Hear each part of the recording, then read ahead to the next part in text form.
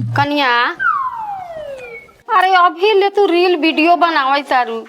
9 बज गेल, खाना कब बनी? माई ते हमरा माथा पर हाथ रख के कसम खो कि हम जौन कहेम ते उहे कर दे ना। ये बेले सुतले झाड़ू उरू लागले ना।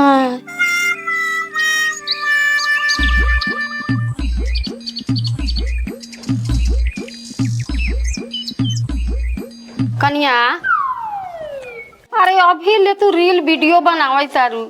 9 बज गेल, खाना कब बनी? ई सब कैला से काम चली। मम्मी जी, काम तो ना चली लेकिन हमार नाम माधुरी दीक्षित लेकिन जरूर चली। अच्छा, जेकर नाम चलेला उ काम ना करेला? करेली लेकिन आराम के काम करेली। आ वो सारा घर में ना एसी लागल रहेला। आ घर के सारा काम धंधा ना रउआ जैसे नौकरानी करेली। का तो हमके नौकरानी समझेलू? अरे मम्मी जी, ऐसन बात नहीं खे। हमरा तो लगे था ऐसने बात बा, लेकिन सुन लो, जब तक हम जिंदा बारी हमरा घर में तोहर कोई राज न चली।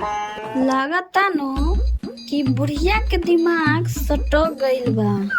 कुछ कहलू है का? अरे ना मम्मी जी, बहुत गर्मी लगता, हम आवत नहीं।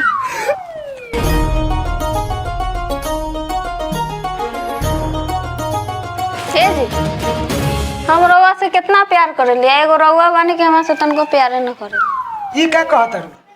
हम तो तोरा खातिर ताजमहल बनवा सकतानी, लेकिन हमरा लगे तो उतना पैसा नहीं खे। हाँ, कुछ और कर सकतानी। बोला का हम कर सकतानी? तो एगो पंखा ला दी ना। अरे तू कहबू आ हम न करेम।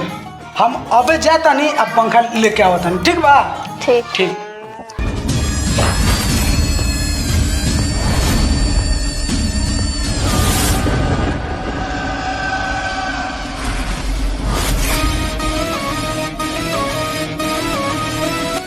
अरे वाह, आज तो हमरा खातिर पंखा लावे गइलन।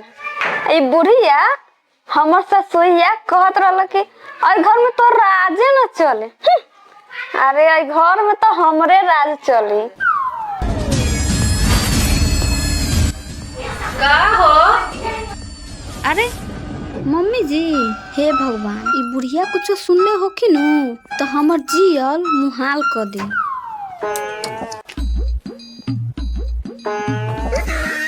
अच्छा, पहले तू ही बतावा। ना मम्मी जी, पहले रउए बोल ली। ना तू ही बतावा। रउआ जेठ सरदार बनी, पहले रउए बोल ली। एकरा अंदर इतना बदलाव, कुछ तो गड़बड़ बा। हे भगवान, ई बुढ़िया कुछ सुनले नहीं के जायदा ठीक है भइल है। अब तो हम बच गई। कन्या, हमरा दवाई खाए के टाइम हो गल बा, कुछ नाश्ता बना के ले आवा। ठीक बा मम्मी जी, रउआ बैठी, हम अभी बना के लावा तनी।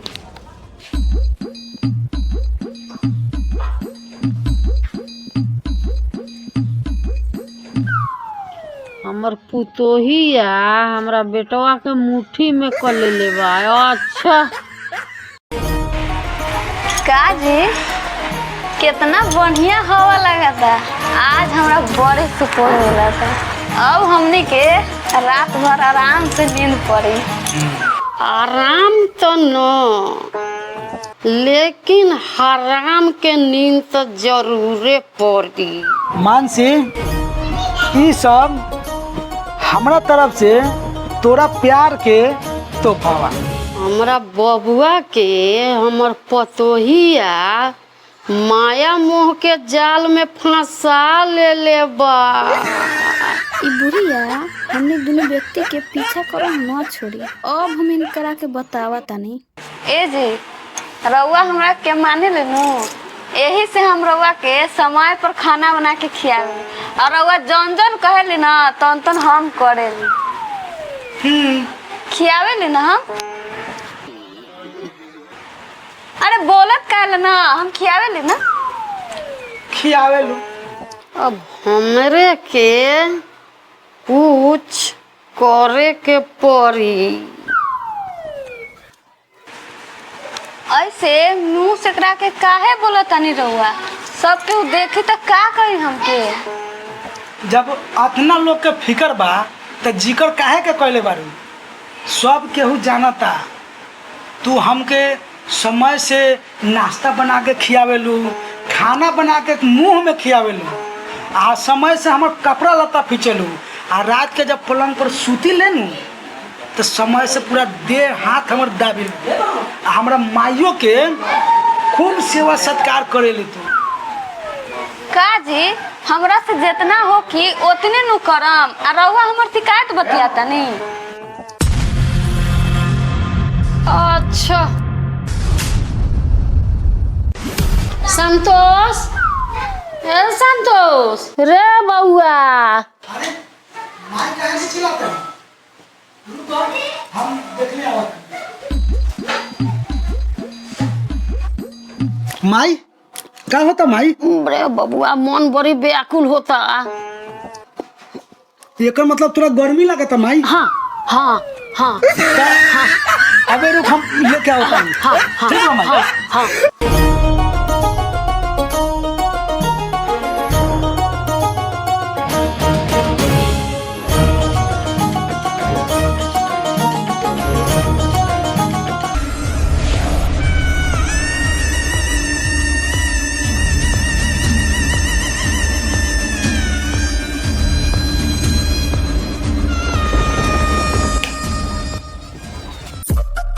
माई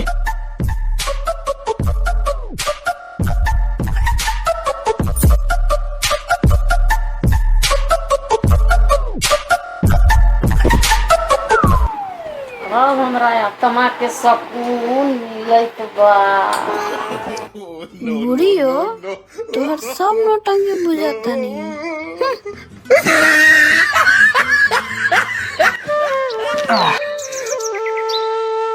का हो? माई के पंखा दे देनी है, वही से खिसियाल बारू। ई का कहता नहीं रहुआ? हमरा पर शक करता नहीं। ए जी हम खिसियाल नहीं खे, हम तो खुश बानी कि काले हमरा ला रहुआ साड़ी ले ले आए।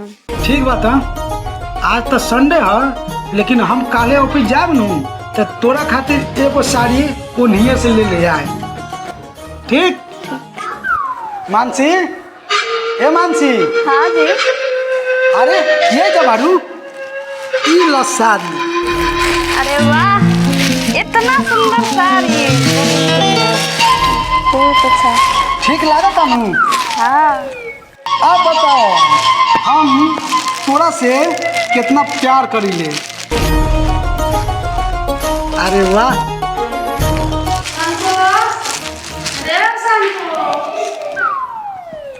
आवतानी माई, आवतानी हम। ठीक?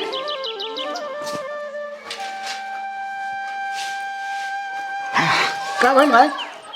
बबुआ हमनी के सब ले महान पर छठ पूजा आयल बा, हाँ। तो एगो साड़ी ना पहने बा। अरे माई हम तो साड़ी लेके आइल बानी, ते रुक हम अभी मंगावतानी। अच्छा मान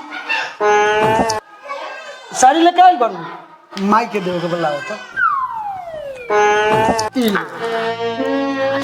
सब बुझे तानी बुढ़ियो हम तोहर नाटक। हम अपना मरद से जे भी कुछ मंगावा तानी तू सब कुछ ले ला तारू। अब बहुत हो गईल। हम कसम खातानी कि तोहार पत्ता साफ कइये के रहम। पहले हम अपना माई से बतिया लेतानी। जुग जुग जिया हमर बबुआ, जुग जुग जिया।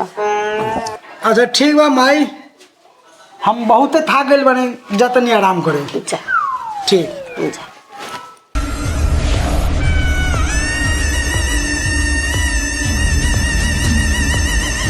माई हम अपना सास से न बहुते परेशान हो गइल बानी।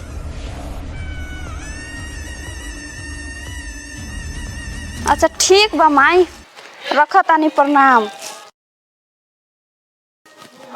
ए जी एगो बात कही।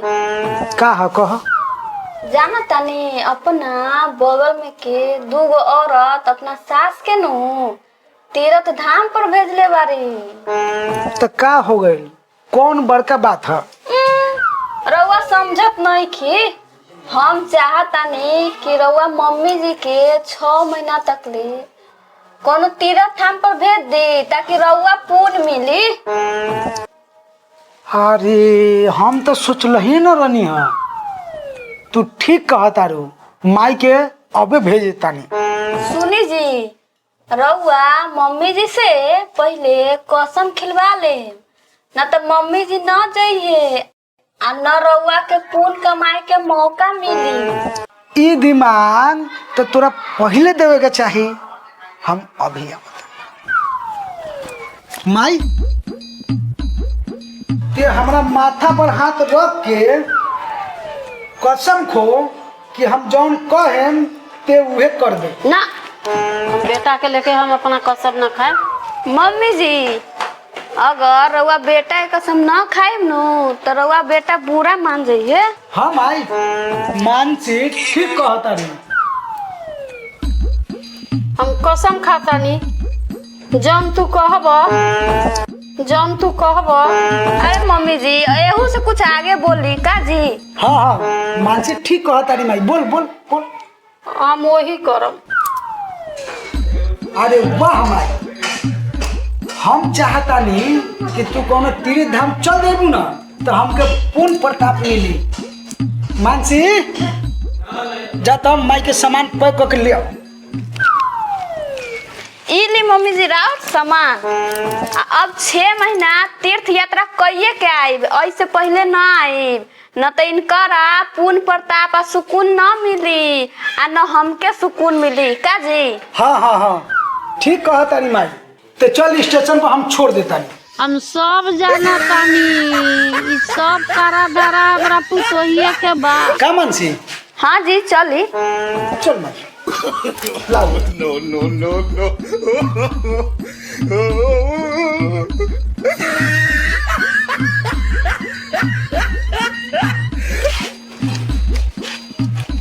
By bye. चल ना माई।